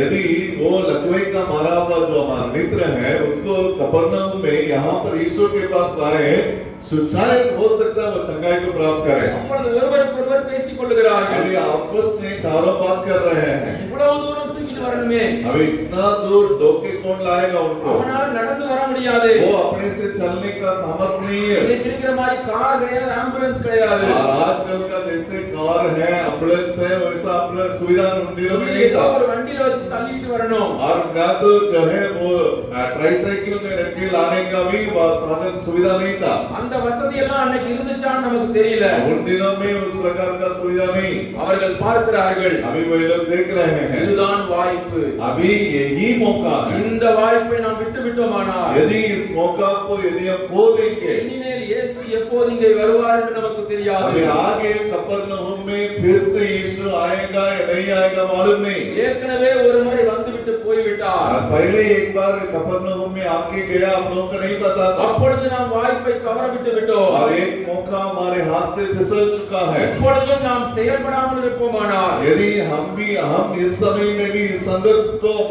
जो है छोड़ देंगे, நாம் இணைந்து ஒரு காரியத்தை செய்வதற்கு முயற்சி எடுக்காமல் இருப்போமானால் यदि हम एक मन के साथ इस काम को करने के लिए असमर्थ हो जाएंगे அந்த तो மனிதன் திமிர்வாதக்காரனாகவே இருந்து விடுவான். और वो लकवे का मारा हुआ वो अपने बीमारी में ही रख के मर जाएगा। பின்னர் வருத்தப்பட்டு பயன் இல்லை. और उसका मर जाने के बाद हम लोग जो है शोक मनाए तो उससे कुछ लाभ नहीं है। ஆகவே நாம் 4 பேரும் இன்றைக்கு செயல்பட்டாக வேண்டும். इसलिए आज आप चारों मिलके आज कुछ काम को करें। நம்ம எல்லாருக்கும் ஒரே பலன் இல்லை. और हमारे पास एक समान ताकत तो नहीं है। ஒருத்தன் நல்லா உயரமா இருக்கிறான், और एक व्यक्ति बहुत लंबा है, இன்னொருத்தன் நல்ல குள்ளமா இருக்கிறான். दूसरा नाटा है। அந்த 4 பேர்ல ஒருத்தன் ரொம்ப நோஞ்சானா இருக்கிறான், और ये 4 व्यक्ति में से एक दुबला पतला है, இன்னொருத்தன் என்ன மாதிரி ஸ்ட்ராங்கா இருக்கிறான். और दूसरा जो है मेरे जैसे अंडा कटा है। ஆனால் 4 பேரும் தங்களுக்குள் இருக்கிற வித்தியாசத்தை பார்க்கவில்லை. और अभी चारों आपस में जो भिन्नता है उसको वो नहीं देख रहा है। 4 பேரும் தங்களுக்கு இருக்கிற வேலைகளை பார்க்கவில்லை. और चारों मेरे पास काम क्या है, मेरे पास क्या क्या काम है उसको नहीं देखा। 4 பேரும் தங்களுக்கு இருக்கிற குடும்ப பொறுப்புகளை பார்க்கவில்லை. अभी चारों अपने परिवार में क्या क्या कर्तव्य है उसको नहीं देखा। அவர்களுக்குள் ஒரு ஏக சிந்தை உண்டானது. और उन चारों के अंदर एक मन चले आया। ஒரு மனிதன் மேல் ஏக அன்பு உண்டானது. और उन चारों के अंदर उस व्यक्ति के प्रति एक समान प्रेम उमड़ने लगा। இசைந்த ஆத்துமாக்களாய் மாறினார்கள். और वो चारों जो है एक आत्मा में चले आए। திமிர்வாதக்காரனுடைய வீட்டை கதவை और தட்டினார்கள். वो लकवे का मारा हुआ व्यक्ति का घर को खटखटाए। அவர்கள் வீட்டிலே போய் சொல்லி இருப்பார்கள், और वे जाके उस घर में बोले இயேசு होंगे। என்ற ஒரு மனிதன் வந்திருக்கிறார், और यहाँ पर यीशु मसीह पधारे நாங்கள் हैं। இந்த மனிதனை அவரிடத்திலே கொண்டு போகிறோம். आज इस व्यक्ति को हम जो है यीशु मसीह के पास ले जाएंगे। அந்த வீட்டில் இருக்கிறவர்கள் நம்பினார்களோ இல்லையோ எனக்கு தெரியாது. और उस घर वाले यीशु मसीह पर विश्वास रखे या नहीं रखे हमको नहीं पता। எத்தனையோ மருத்துவம் பார்த்து விட்டோம், अभी वो लोग बोले होंगे कितने कितने बड़े बड़े डॉक्टरों के पास ले நீங்க जाएंगे। எங்கேயாவது தூக்கிட்டு போங்கன்னு சொல்லி இருப்பாங்க. अभी वो लोग बोले होंगे कि हम लोग तो थक चुके हैं भाई, आप चारों कहीं भी ले அந்த जाओ। மனிதன் எவ்வளவு வெயிட் இருந்தான்னு நமக்கு தெரியாது. और जो लकवे का मारा हुआ कितना वजनदार था पता नहीं। அவனை ஒரு பாயிலே ஒரு படுக்கையிலே போட்டு சுத்தி கட்டுகிறார்கள். और वो चारों जो है उनको एक कपड़ा में लपेट दिए। 4 பேரும் தூக்கி தங்களுடைய தோளிலே और வைக்கிறார்கள். वो चारों उनको अपने कंधों पर उठा लिए। உயரமான மனிதன், और जो लंबा व्यक्ति, 4 பேர்ல ஒருத்தன் உயரமா இருக்கிறான், और चारों में एक ऊंचा लंबा ஒருத்தன் है, குள்ளமா இருக்கிறான். दूसरा नाटा है। அப்ப தூக்கி வைக்க முடியாது. अभी एक समान उसको அப்ப लेके உயரமா जाएंगे। இருக்கிற மனிதன் என்ன செய்ய வேண்டும்? अभी जो ऊंचा लंबा है उसको क्या करना है? குள்ளமான மனிதனை போல இவன் கீழே இறங்க வேண்டும். अभी जो नाटा है उनके जैसे ये भी अपने आप को झुकवाना है। நான் உயரமான ஆளு, मैं बहुत लंबा हूँ, நான் அப்படியே தான் நடப்பேன்னு சொல்ல முடியாது. वो मैं ऐसे ही चलूंगा करके वो नहीं बोल सकता। ஏனென்றால் அந்த மனிதனுக்கு சுகம் வேண்டுமானால் क्योंकि उस लकवे का मारा हुआ उस व्यक्ति को चंगाई चाहिए அவனை तो நாம் பத்திரமாக கொண்டு போய் சேர்க்க வேண்டும். उसको यीशु मसीह तक हमें सही सलामत पहुंचाना நான் है। உயர்ந்த மனிதன் என்று சொல்லி என்னுடைய அளவுக்கே நான் நடப்பேனானால் भाई जो है बहुत वो लंबा व्यक्ति हूँ करके मैं सोच के ऐसा ही भी चलो, ஒருவேளை இந்த மனிதனை கீழே போட்டு விட வாய்ப்புண்டு. अभी ये मनुष्य जो है वो नीचे पीछे वाला नाटा होने के चलते वो फिसल के नीचे गिरने का संभावना है। இயேசுவிடத்திலே வருவதற்குள்ளாக அங்கே ஜீவன் போய்விடும். अभी यीशु मसीह के पास आने से पहले ये दम तोड़ देगा। ஆக அவர்களுக்குள் ஏக சிந்தை உண்டானது. इसलिए वो चारों के अंदर एक मन चले आया। இன்னொருத்தன் நல்ல வெயிட்டா இருப்பான், और ये दूसरा जो है बहुत अटा कटा है அவன் ஈஸியா பிடிச்சு தூக்கிட்டு போவான். और वो बहुत आसानी से उठा लिया। இன்னொருத்தன் ஒல்லியா இருந்திருப்பான், और दूसरा है वो बहुत दुबला அவன் पतला है கஷ்டப்பட்டு தூக்கிட்டு और வந்திருப்பான். वो बहुत कष्ट उठा के அவர்களுடைய देगा। வித்தியாசத்தை பார்க்க பார்க்கவில்லை, और चारों के अंदर जो भिन्नता है அவர்களுடைய उसको नहीं பலவீனத்தை देखा, பார்க்கவில்லை, वे अपना दुर्बलता को नहीं देखा, அவர்களுடைய சிந்தை எல்லாம் ஒன்றே और ஒன்றுதான். उनके सारों का एक विचार था, இவனை எப்படியாவது இயேசுவிடத்திலே கொண்டு போவது. इस व्यक्ति को जैसे भी वो यीशु मसीह के पास पहुंचाना வழியிலே है, பார்க்கிறவர்கள் எல்லாம் கேலி பண்ணி இருப்பார்கள். और रास्ता में देखने वाले सब मजाक उड़ाए होगा, எங்கடா அவனை தூக்கிட்டு போறீங்க? अरे लोग ये कहाँ इनको ले जा रहे हो, மனிதர்களுடைய சத்தம் அவர்கள் இருந்தவில்லை, और मनुष्यों की आवाज उनको रोका नहीं, ஏனென்றால் அவர்கள் ஏக சிந்தை உள்ளவர்கள். क्योंकि उनके अंदर एक विचार रखने वाले हैं, கஷ்டப்பட்டு और वो बहुत कष्ट ஒரு उठाते हैं, வழியாக और जो है किसी भी இயேசு तरह से, இருந்த அந்த வீட்டிற்கு முன்னாக வந்து விட்டார். और वहाँ पर जैसे भी वो यीशु मसीह जिस घर में पास बैठे हैं वहाँ तक पहुँच गए। இயேசு இருந்த வீட்டுக்கு வந்த பிறகு अब यीशु मसीह जिस घर में था वहाँ पर पहुँचने के बाद அங்கதான் இன்னொரு பிரச்சனை और ஆரம்பிக்கும். वहाँ पर और एक समस्या खड़ा அது है। என்ன பிரச்சனை? वो क्या समस्या है?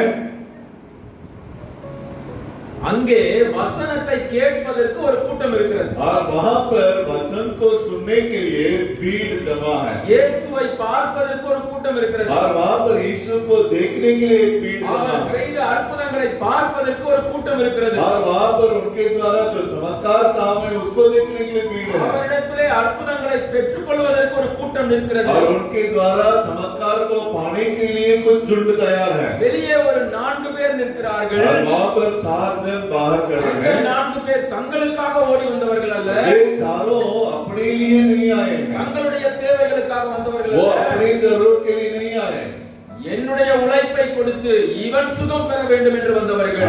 वो कठिन परिश्रम करके इनकी चंगाई के लिए वे आए हैं। அவர்கள் தனக்கானவைகளை நோக்குகிறவர்கள் அல்ல, பிறருக்கானவைகளை நோக்குகிறவர்கள். वे अपने की बातों को सोचने वाले नहीं परंतु औरों के बारे में चिंता करने वाले हैं। அவர்கள் வந்து நின்று பார்க்கிறார்கள். और वे चारों आके वहाँ पर देख रहे हैं, வீட்டை சுத்தி வீட்டுக்குள்ளும் வெளியேயும் கூட்டம். और वहाँ पर घर के अंदर घर के बाहर चारों तरफ भीड़ है भीड़। அந்த கூட்டம் என்ன கூட்டம் தெரியுமா? अभी वो भीड़ क्या किस प्रकार का भीड़ है? ஏக சிந்தை இல்லாத கூட்டம், और वो भीड़ उसमें एक मन नहीं है, அன்பில்லாத கூட்டம், और उनके अंदर एक प्रकार का प्रेम नहीं இசைந்த है, ஆத்துமாக்கள் இல்லாத और கூட்டம், उनके अंदर एक भावना नहीं है, சுயநல கூட்டம். और वे स्वार्थ से भरा हुआ झुंड அந்த है। மனிதனுக்கு வழிவிட வேண்டும் என்று சொல்லி ஒருவருக்கும் தோன்றவில்லை. अभी उस मनुष्य को आने देना है करके भीतर में जितने इकट्ठे थे उनमें से एक को भी वो विचार नहीं आया। 4 பேர் ஒருவனை கஷ்டப்பட்டு தூக்கி கொண்டு और வந்திருக்கிறார்கள். ये चारों मिलके एक व्यक्ति को इतना कष्ट उठा के बहुत दूर से लेके आ रहे அந்த हैं। கூட்டம் என்ன செய்திருக்க வேண்டும்? अभी उस झुंड को क्या करना चाहिए அவர்கள் था? வழிவிட்டிருக்க வேண்டும் அல்லவா? और उनको यीशु मसीह के पास लाने के लिए வழிவிடவில்லை. रास्ता नहीं दिए। இப்பொழுது அந்த 4 பேர் பார்க்கிறார்கள், अभी वे लोग देख रहा है, யோசிக்கிறார்கள், अभी वे लोग सोच रहा है, இவ்வளவு தூரம் தூக்கிட்டு வந்துட்டோம், अभी इतना दूर कष्ट उठा के இந்த चले आए, கூட்டம் வழிவிட போறதில்ல. अभी ये लोग तो हमें मौका नहीं देगा, रास्ता नहीं देगा, ये तो हमें रोकने वाला झुंड है। எப்படியாவது நான் இயேசுவிடத்தில் இவனை கொண்டு சேர்த்தாக வேண்டும். जैसे भी हो हमें यीशु मसीह के पास इस व्यक्ति को पहुंचाना है। மேலே வீட்டை பார்க்கிறார்கள். और ऊंचा छत को देख रहा है, இது மாதிரி தளம் போட்ட வீடு இல்ல. और इस प्रकार का छत जो डाला हुआ छत नहीं था। லூக்காவிலே சொல்லப்பட்டிருக்கிறது அது ஓட்டு வீடு என்று சொல்லி. और लुका रचित सुसमाचार में वो कपड़ा का बना हुआ मकान 4 करके பேர் लिखा। யோசிக்கிறார்கள், वो चारों देख रहा है, நான் மேல ஏறுறேன், अब मैं ऊपर चढ़ जाऊंगा। இன்னொருத்தன் 3 பேர் நீங்க கீழ இருந்து தூக்கி கொடுங்க, अरे आप तीनों जो है इस व्यक्ति को मेरे हाथ में दे மேல देना। ஏறினதும் இன்னொருத்தன் மேல ஏறுங்க, अभी मैं ऊपर ले लूंगा, दूसरा चढ़ के ऊपर चले आना। நம்ம ஓட்ட பிரிச்சிருவோம். अभी हम लोग जो है इस कपड़ा जो है उसको खोल देंगे, பக்கத்து வீட்ல போய் 2 கயிறு வாங்கிட்டு வாங்க, और बगल वाले के घर में जाके 2 रस्सी लेके आओ। கயத்துல கட்டி உள்ள இறக்கிடுவோம். अभी उसको हाथ पैर बांध के नीचे उतार देंगे। அதுதான் ஏக சிந்தை உள்ளவர்கள் अभी செயல்படுகிற इन விதம். चारों के अंदर एक मन यही है। வழி இருக்கிறதோ வழி இல்லையோ, अभी उनके लिए मौका हो या ना मौका ना हो, எப்பேற்பட்ட தடைகள் और இருந்தாலும் उनके सामने जितना भी रुकावट क्यों ना हो, ஏக சிந்தை இருக்குமானால், और उनके अंदर एक विचार होने ஏக के அன்பு चलते, இருக்குமானால், एक प्रकार प्रेम, இசைந்த ஆத்மாவாய் और செயல்படுவோமானால், तीनों के अंदर चारों के अंदर एक आत्मा है। வழி इல்லாத இடத்திலும் வழி உண்டாக்குவதற்கு தேவன் கிருபை தருகிறார். और जहाँ पर मार्ग है ही नहीं है वहाँ पर मार्ग बनाने के लिए परमेश्वर अनुग्रह देता है। हालेलुया। உங்களுடைய பணித்தலங்களிலும், आप अपने सेवकाई के क्षेत्र உங்களுடைய में, ஊழியத்திலும், आपके सेवकाई में, உங்களுக்கு ஒப்புவிக்கப்பட்ட இடத்திலும் आपके हाथ में जो दिया गया उस क्षेत्र में, சகோதரர்களாக இசைந்து செயல்படும் போது यदि आप भाई लोग मिल के काम करें சபையாக ஏக சிந்தை உள்ளவர்களாய் செயல்படும் போது और आप कलीसिया मिल के काम करें கண்ணுக்கு முன்னால் உங்களுக்கு வழி தெரியாமல் இருக்கலாம், और आपके आंखों के सामने मार्ग नहीं दिखाई पड़ रहा होगा ஆனால் வித்தியாசமான வழிகளை உண்டாக்க தேவன் உங்களை और பயன்படுத்துவார். भिन्न भिन्न तरीका से परमेश्वर आपके लिए नया नया मार्ग को खोलेगा। हालेलुया। அல்லேலூயா.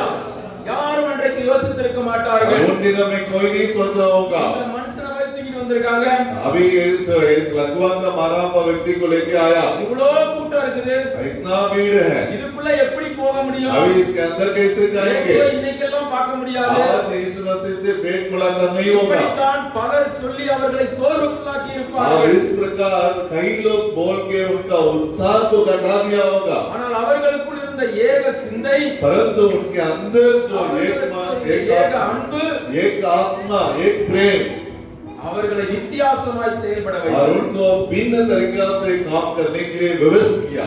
ஓட்டை பிரித்து இறக்கின உடனே जब वे लोग जो है कपड़ा को खोल के नीचे उतार दिया அங்கே வசனம் சொல்லுகிறது, और वहां पर वचन बतलाता है இயேசு அவர்களுடைய விசுவாசத்தை கண்டு, प्रभु यीशु मसीह ने उनका विश्वास को देखा। இயேசு அந்த மனிதன் யார் என்று பார்க்கவில்லை, यीशु मसीह ये नहीं देखा ये कौन व्यक्ति है, அந்த திமிர்வாதக்காரன் எப்படிப்பட்டவன் என்று और பார்க்கவில்லை, यीशु मसीह ये भी नहीं ध्यान दिया कि लकवा का मारा हुआ व्यक्ति कैसा है, அந்த திமிர்வாதக்காரன் வாயை திறந்து இயேசுவிடத்திலே பேசக்கூட இல்லை. और वो जो लकवे का मारा हुआ व्यक्ति मुंह खोल के यीशु मसीह से कुछ भी बात नहीं ஏக किया। சிந்தையோடு செயல்பட்ட அந்த 4 பேருடைய அர்ப்பணம் और एक मन के साथ काम करने के लिए जो व्यक्ति चारों काम किया, இயேசு கிறிஸ்துவின் மனதை உடனே மாற்றினது. और यीशु मसीह का मन भावना विचार को तुरंत परिवर्तित कर இந்த दिया। வசனத்தின் முடிவிலே இயேசு சொல்லுகிறார், और उस वचन के अंत में यीशु ने कहा, உன் பாவம் உனக்கு மன்னிக்கப்பட்டது, நீ எழுந்து நட.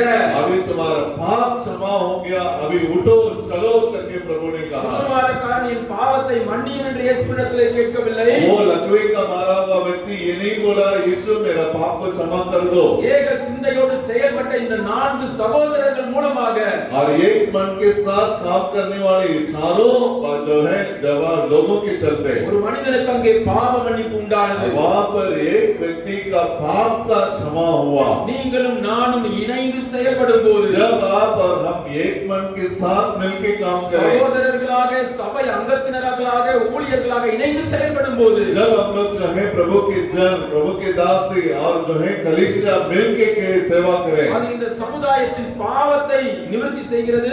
और इस समाज में लोगों का पाप को परमेश्वर क्षमा करेगा, அங்கே சுகத்தையும் உண்டு और பண்ணுகிறது. वहां पर लोगों के बीच में चंगाई को प्रभु அந்த वितरण करेगा। திமிர்வாதக்காரன் படுக்கையை எடுத்துக்கொண்டு நடந்து போனான் என்று और பார்க்கிறோம். वहां पर लिखा है वो लकवे का मारा हुआ व्यक्ति वो अपने खाट उठा के चल दिया। நடக்க முடியாமல் இருந்தவன் अभी पहले वो चलने फिरने का आदत नहीं था, वो अभी वो अपने से वो चलते हुए जा रहा है। கப்பர்நகும் பட்டணமே அதிசயமாய் பார்த்திருக்கும். वहां पर पूरा कफरनहूम शहर आश्चर्यजनक काम से देखा, கப்பர்நகும் பட்டணமே ஆச்சரியப்பட்டிருக்கும். और पूरा कफरनहूम का शहर आश्चर्य हो गया। எத்தனையோ வருடமாக இவன் படுக்கையில் கிடந்தானே, इतने साल से ये व्यक्ति लकवे का मारा हुआ बिस्तर में இன்றைக்கு था, அவன் எழுந்து நடப்பதை பார்த்து आज वो चल रहा है फिर रहा है। அநேகர் இயேசுவை और விசுவாசித்திருப்பார்கள். वहां पर बहुतों ने यीशु मसीह को जाना। காரணம் என்ன? तो उसका कारण क्या है? இந்த 4 பேர், ये 4 जन, சுமந்து வந்த 4 பேர், ये जिन्होंने उठा के ஏக लेके आया, சிந்தையோடு செயல்பட்ட 4 பேர். उनके अंदर एक मन के साथ काम किया। அருமையான தேவ ஜனங்களே, मेरे प्रिय भाई बहन, நீங்களும் நானும் இணைந்து ஓடும்போது जब आप और हम एक मन के साथ दौड़े, நாம் நம்முடைய லக்கை ஓடி அடைகிறோம். हम जो है हमारा लक्ष्य को पूरा करते हैं, தேவன் நம்மை கொண்டு வைத்திருக்கிற தரிசனத்தை நிறைவேற்றுகிறோம். हमारे लिए परमेश्वर जो दर्शन रखा उसको पूरा करते हैं। அதே நேரத்திலே और न केवल इतना है, பிறருக்கு சுகத்தை உண்டு பண்ணுகிறோம். अन्य लोगों के जीवन में आशीष को लाते हैं, பாவ சாபத்திலிருந்து ஜனங்களை விடுவித்து தேவனுக்கு நேராக திருப்புகிறோம். और पाप और श्राप से लोग छुटकारा पाके यीशु की ओर फिरेंगे। हालेलुया। அல்லேலூயா. முதலாவது தேவனோடு இணைந்து செயல்படுங்கள். पहले मैंने कहा प्रभु यीशु मसीह के साथ एक मन के साथ काम करें। இரண்டாவது குடும்பமாக இணைந்து செயல்படுங்கள். दूसरा मैंने कहा परिवार मिलके इसका काम करें। மூன்றாவது சகோதரர்களாக நண்பர்களாக இணைந்து செயல்படுங்கள். तीसरा पद जो है परमेश्वर के लोग मित्रगण एक मन के साथ मिलकर काम करें। இந்த சம்பவத்திலே மற்றொரு கவனிக்க வேண்டிய ஒரு விஷயம், इस घटना में और एक बात को हमें ध्यान देना है। திடீரென்று 4 பேர் வந்து ஒரு வீட்டின் மேல் ஏறுகிறார்கள். अभी अचानक जो है 4 जन आके किसी का छत पर चढ़ के அவசர அவசரமாக அந்த வீட்டு ஓட்டை பிரிக்கிறாங்க. और अचानक आके वे छत खोल रहे हैं। நீங்க யாரோ ஓட்டு வீட்ல இருக்கீங்கன்னு अभी வச்சுக்கோங்க. मान लीजिए कि आप में से कोई कपरेल का मकान में है। உங்க வீட்டுக்கு யாரோ ஒரு பெரிய ஊழியக்காரர் வந்திருக்காரு. அகஸ்தின் ஜெபக்குமார் அண்ணனே வந்திருக்காருன்னு வச்சுக்கோங்க. मान लीजिए आपके घर पर बड़े भैया आए हैं அவரை பார்க்க நிறைய கூட்டம் வந்துருச்சு. और उनको उनसे भेंट मुलाकात करने के लिए बहुत भीड़ आया है आपके घर இன்னொரு में। 4 பேர் அண்ணனை பார்க்க வர்றாங்க. और आप और भी 4 जन बड़े भैया से मिलने के लिए आ रहे हैं। கூட்டமா இருந்ததை பார்த்துட்டு और वहाँ पर इतना भीड़ को देखने के உங்க बाद வீட்டு மேல ஏறி आपके घर का छत पर चढ़ गए। உங்க வீட்டு ஓட்டை பிரிச்சா நீங்க என்ன பண்ணுவீங்க? अभी आपका घर का जो कपरेल है, कपरेल का ये है, उसको खोल देगा तो आप क्या बोलेंगे? உங்க வீட்டு ஓட்டை பிரிச்சா நீங்க சும்மா விட்டுருவீங்களா? क्या आपका घर का कपरेल को हटा दें तो आप चुपचाप रहेंगे? நான் விட மாட்டேன். अभी मैं वहाँ पर मैं नहीं छोड़ूंगा। முதல்ல ஏறி அவனை சண்டை போட்டு முதல்ல கீழே இறக்கிருப்பேன். मैं उनसे लड़ाई करके झगड़ा करके पहले उतरो नीचे। கூட்டம் போனதுக்கு அப்புறம் இருந்து பார்த்துட்டு போ. अभी भीड़ सब चला जाएगा रात 10 வீட்டுல 11 ஏற வேலை வச்சுக்கிறாங்க. तो जो है 11-12 बज जाएगा तो देख लेना। अभी है ना घर के ऊपर नहीं चढ़ने दूंगा। அப்படி சொல்லி தான் அடிச்சு விரட்டி இருப்பேன். मैं रहता तो मैं उनको ऐसे ही बोल के उनको भगा दिया होगा। ஆனால் அந்த 4 பேருடைய அர்ப்பணத்தை பார்த்து वहाँ पर 4 जन का समर्पण को देखा। அந்த வீட்டு எஜமான் பார்க்கிறார். उस घर का मालिक ने देखा। ஒரு மனிதனுக்கு சுகம் உண்டாக வேண்டுமானால், अभी एक मनुष्य का जो लकवे का बीमारी से चंगाई ஒரு चाहिए, மனிதன் பாவத்திலிருந்து விடுதலை பெற एक வேண்டுமானால், मनुष्य को पाप से छुटकारा चाहिए। என்னுடைய வீட்டு ஓடு போனாலும் और பரவாயில்லை, मेरा घर का कपड़ा जो है कपड़े चला जाए। அவன் சுகம் பெற வேண்டியதுதான் முக்கியம். अभी उस व्यक्ति को चंगाई पाप की क्षमा मिलना ही बहुत जरूरी அப்படி है। ஒரு ஏக அன்புள்ள அந்த வீட்டு எஜமான் இருந்தபடியினால்தான் और उस प्रकार का एक प्रेम में बता हुआ व्यक्ति होने के चलते, वो मकान मालिक होने के चलते, தன்னுடைய வீட்டு ஓடு பிரிக்கப்படும் போது கூட और वो उनका छत को लोग बोल रहे हैं फिर भी वो चुपचाप है, அவன் அமைதியாக பார்த்து கொண்டிருக்கிறான். वो चुपचाप देख रहा है। 4 பேர் இணைந்து செயல்படும் போது जब हम लोग 4 लोग मिलके जब काम करते நம்முடைய हैं, தரிசனத்தோடு கூட இணைந்து கொள்ளுகிற जब हमारे दर्शन के साथ हमारे साथ जुड़ने के लिए लोग, வேறு மனிதர்களையும் ஆண்டவர் நமக்கு தருவார். हमारे दर्शन के साथ जुड़ने के लिए लोगों को भी परमेश्वर दे देगा। हालेलुया। அல்லேலூயா. எப்படி அந்த 4 பேர் வந்தபோது ஆண்டவர் அங்கே அந்த வீட்டு எஜமானையும் ஆயத்தம் பண்ணினாரோ, और जैसे 4 जन उस बीमार व्यक्ति को लेके आया, उस समय परमेश्वर ने उस मकान का मालिक को भी उसका दिल दिमाग को परमेश्वर ने सही बना दिया। நாமும் இணைந்து செயல்படும் போது தேவன் நமக்கு அனுகூலமான ஆட்களை தந்தருளுவார். जब हम लोग एक मन के साथ जब हम आगे बढ़ेंगे, परमेश्वर अनुकूल में हमारे साथ काम करने के लिए अनुकूल मन रखने वाले, भावना रखने वाले, विचार रखने वालों को भी हमारे साथ जोड़ देगा। இணைந்து செயல்படுகிற அனுபவம் முக்கியமான ஒரு அனுபவம். इसलिए एक दूसरे के साथ मिलजुल के सेवा करने का अनुभव हमारे अंदर होना இணைந்து है। ஓட ஒப்பு கொடுப்போம். और इसलिए आज हम लोग अपने आप கடைசியாக को, ஒரு காரியத்தை சொல்லி முடிக்க मैं விரும்புகிறேன். आखिरी में एक बात बता के मैं अंत करूंगा। எகிப்து தேசத்திலிருந்து இஸ்ரவேல் ஜனங்கள் விடுதலையாகி வந்தபோது जब मिस्र देश से इस्राएली लोग छुटकारा पाके जब आए थे, அவர்களுக்கு அங்கே செங்கடல் குறுக்கிட்டது. और उनके सामने लाल समुद्र सामने आया। தேவன் மோசேயிடத்திலே சொன்னார், और परमेश्वर ने मूसा से कहा, அவருடைய கோலை நீட்டு அங்கே செங்கடல் இரண்டாக और பிரித்து तुम अपनी लाठी को बढ़ाओ और लाल समुद्र 2 भाग हो जाएगा। அங்கே மோசே மட்டும் செயல்பட்டால் போதும். और वहां पर केवल मूसा जो है लाठी बढ़ाएगा तो काम बन जाएगा। வேறு யாரும் मோசேயோடு நிற்க வேண்டிய அவசியம் இல்லை. और वहां पर मूसा के साथ और किसी को खड़े होने का जरूरत नहीं है। ஆனால் பின் நாட்களிலே परंतु आगे की बातों में அமலேக்கியரோடு ஒரு யுத்தம் வருகிறது. अभी अमलेकियों के साथ एक युद्ध आ रहा அங்கே है। மோசே மலையின் மேல் நின்று கைகளை உயர்த்தி ஜெபிக்கிறார். अभी मूसा पहाड़ के ऊपर हाथ फैलाते हुए प्रार्थना कर रहा है। மோசேயின் கைகள் உயர்ந்திருக்கும் போது अब जब मूसा का हाथ जो है ऊंचा, ऐसे ऊंचा था, கீழே இஸ்ரவேலர்கள் வெற்றி பெறுகிறார்கள். और उस समय में इस्राएली अमलेकियों के ऊपर जो है जय पा रहे थे। மோசேயின் கைகள் தளர்ந்த போது जब मूसा का हाथ धीरे धीरे नीचे हो रहा था, அமலேக்கியர் और மேற்கொள்கிறார்கள். उस समय अमलेकी लोग इस्राएलियों पर प्रबल हो रहे थे। அப்பொழுது மோசேயோடு போய் 2 பேர் இணைந்து और கொள்கிறார்கள். वहां पर मूसा के साथ 2 लोग साथ हो जा रहे हैं அவர்கள் பேர் ஊரும் ஆரோனும். और उनका 2 लोगों का नाम है ऊर और हारून। ஆரோன் ஒரு கையை பிடித்துக் கொள்கிறார், हारून एक हाथ को पकड़ ले ஊர் रहा ஒரு है கையை பிடித்துக் और கொள்கிறார். ऊर एक मूसा का एक हाथ மோசே को ஒரு पकड़ கல்லை लेता है போட்டு உட்கார வைக்கிறார்கள். और मूसा को एक पत्थर पर बैठा देता है 3 பேரும் இணைந்து செயல்படுகிறார்கள். और वहां पर वो तीनों मिलके काम करते हैं அமலேக்கியர் और மேற்கொள்ளப்படுகிறார்கள். वहां पर अमलेकियों के ऊपर परमेश्वर एक बहुत बड़ा जय को देता है। हालेलुया। हालेलुया। அடுத்ததாக अब उसके बाद மோசேயின் நாட்கள் முடிந்து போனது. अभी मूसा का समय खत्म हो गया। இப்பொழுது யோசுவா ஜனங்களை நடத்தி अभी கொண்டிருக்கிறார். यहोशू के नेतृत्व में लोग आगे बढ़ रहे हैं। இப்பொழுது கானானுக்குள் பிரவேசிப்பதற்கு முன்பாக அங்கு அவர்களுக்கு யோர்தான் இருக்கிறது. अभी कानान देश में प्रवेश करने से पहले उनके सामने यरदन नदी उनका सामने आ गया। செங்கடல் குறுக்கிட்ட போது என்ன செய்ய சொன்னார்? अभी लाल समुद्र में जब आए थे उस समय परमेश्वर ने क्या कहा? மோசே மட்டும் अभी நீட்டா போதும். केवल मूसा लाठी बढ़ाएगा तो काम बन जाएगा। இப்பொழுது யோர்தான் குறுக்கிடுகிறது. अभी उनके सामने यरदन नदी आ गया। யோசுவாவின் புத்தகம் 3ஆம் அதிகாரத்தை குறித்து வைத்துக் கொள்ளுங்கள். अभी यहोशू की किताब 3रा अध्याय को नोट कर लीजिएगा வீட்ல போய் வாசித்து பாருங்கள். और अपने घर पर जाके पढ़िएगा। இங்கே யோசுவா சொல்லுகிறான், अभी यहोशू कहता है ஆசாரியர்கள் अभी जो याजक लोग தேவனுடைய உடன்படிக்கை பெட்டியை சுமந்து கொண்டு வர வேண்டும். अभी याजक लोग जो है परमेश्वर का संदूक को लेके आना है। ஒரு மனிதன் மட்டுமல்ல, अभी वहां पर एक मनुष्य नहीं है। ஆசாரியர்கள் இணைந்து अभी सारे याजक தேவனுடைய मिलके உடன்படிக்கை பெட்டியை சுமந்து கொண்டு और वहां पर परमेश्वर का संदूक को उठाना है அவர்கள் 4 பேரும் இணைந்தவர்களாய் और वहां पर चारों मिलके आना है யோர்தானிலே கால் வைக்க வேண்டும். और वहां पर यरदन जो है बहरा बहुत तेज बहरा उस पर पैर रखना है। உடன்படிக்கையை பெட்டியை தூக்கி இருக்கிற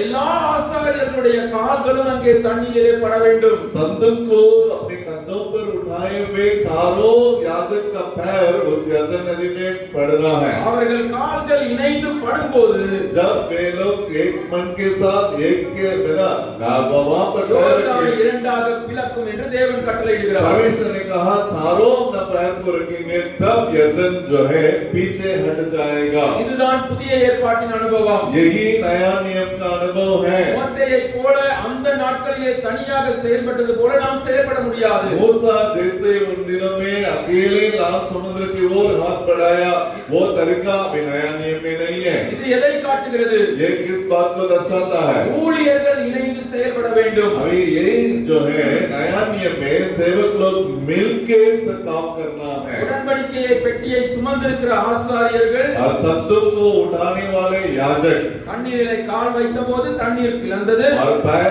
चारों का पैर पड़ने के बाद तुरंत यरदन पीछे हट गया। ஆனால் அந்த ஆசாரியர்கள் உடனே பெட்டியை இறக்கி விட முடியாது. अभी थोड़ा ध्यान दीजिएगा पानी तो पीछे हट गया तुरंत याजक अपने कंधे में से तब जो है परमेश्वर का संदूक को नीचे नहीं रख सकता। அந்த பிளந்திருக்கிற யோர்தானின் நடுவிலே अब जो है जो पीछा चला गया यरदन नदी, ஆசாரியர்கள் அந்த उडன்படிக்கை பெட்டியை சுமந்து கொண்டே நிற்க வேண்டும். अभी याजक को उस संदूक को अपने कंधों पर उठाए रहना है। எதுவரைக்கும் நிற்க வேண்டும்? कब तक उनको ठहरना है? இஸ்ரவேல் ஜனங்கள் எல்லாரும் கடந்து தீர்க்கு மட்டும் நிற்க வேண்டும். और सारे इस्राएली उस पार हो जाएंगे तब तक उनको खड़े रहना है। ஆக முழு ஜனத்திற்கும் முழு தேசத்திற்கும் ரட்சிப்பை கட்டளையிட வேண்டுமானால் और परमेश्वर सारे देश के लोगों को उद्धार का अनुभव में उनको लाना है तो ஊழியர்கள் இணைந்து செயல்பட வேண்டும்.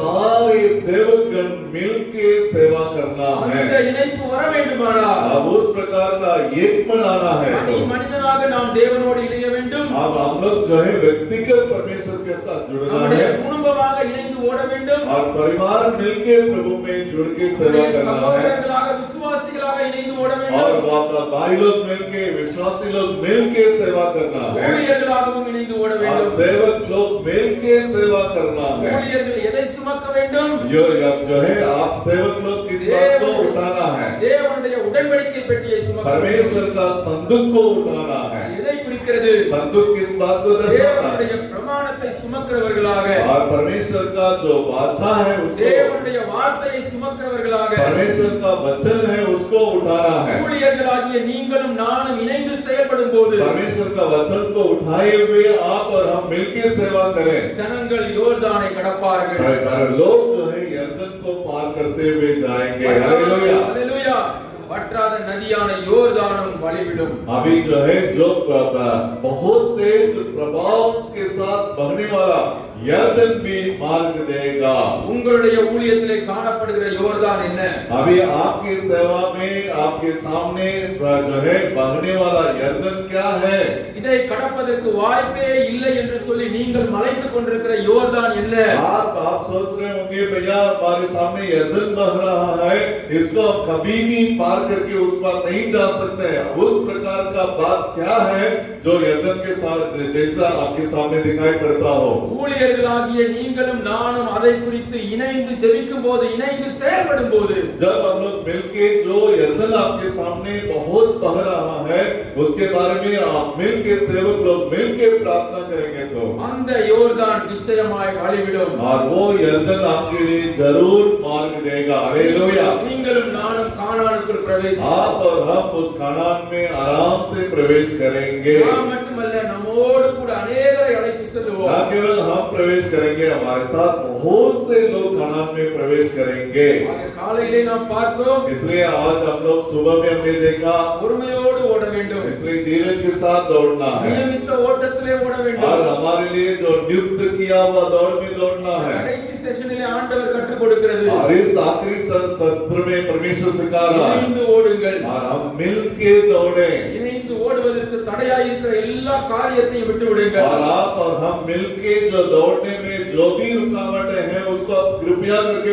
उसको दूर कर दीजिए। அந்த திமிர்வாதக்காரனை சுமந்து வந்த 4 பேருடைய பேர் என்ன என்று யாருக்கும் தெரியாது. वो लकवे का मारा हुआ व्यक्ति को लाने वाला 4 जो है व्यक्ति है, उन चारों का क्या नाम है पता नहीं। நம்முடைய பேர் தெரிய வேண்டும் என்பது அவசியம் இல்லை. हमारा नाम क्या है करके लोग जाने उसका जरूरत ही नहीं है। நம் மூலமாக ஒரு பாவி மனம் திரும்புகிறானா என்பதே காரியம். हमारे द्वारा एक पापी मन फिर जाता है, वो बहुत बड़ी बात है। Hallelujah, hallelujah. நம் மூலமாக சுகம் உண்டாகிறதா என்பதே காரியம். हमारे द्वारा लोग क्या छुटकारा पाते हैं, चंगाई पाते हैं, ये मान्य रखता है। அன்றைக்கு உடன்படிக்கை பெட்டியை சுமந்து நின்று கொண்டிருந்த ஆசாரியர்களுடைய பெயர் தெரியாது. अभी जो है उन दिनों में यर्दन नदी में जो संदूक को उठा के 4 याजक जो खड़े थे उनका क्या नाम है मालूम नहीं। ஆனால் யோர்தான் பிளவுபட்டது, ஜனங்கள் கடந்து போனார்கள். तो यर्दन पीछे हट गया, लोग कनान में चले गए, ये बहुत बड़ी बात है। हालेलुया। இந்த உலகத்தின் பேருக்காகவும் புகழுக்காகவும் நாம் ஓடுகிறதில்லை. इसलिए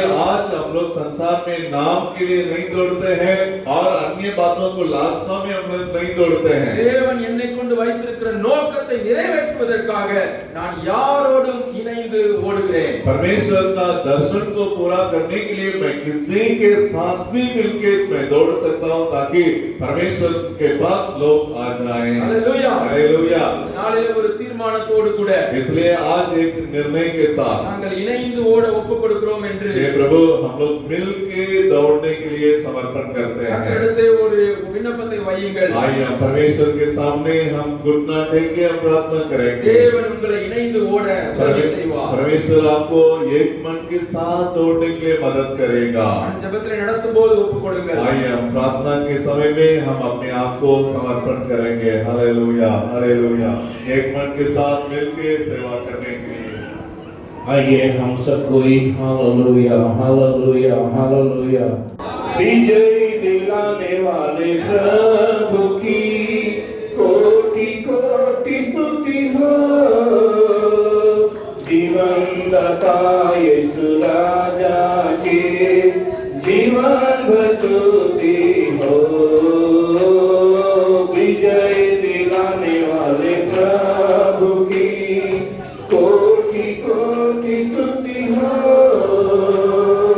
जीवन दाता यीशु राजा की जीवन स्तुति हो। हालेलुया हालेलुया गाएंगे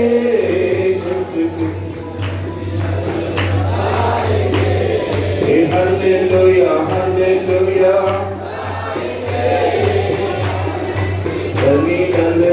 गाएंगे विजय दिलाने वाले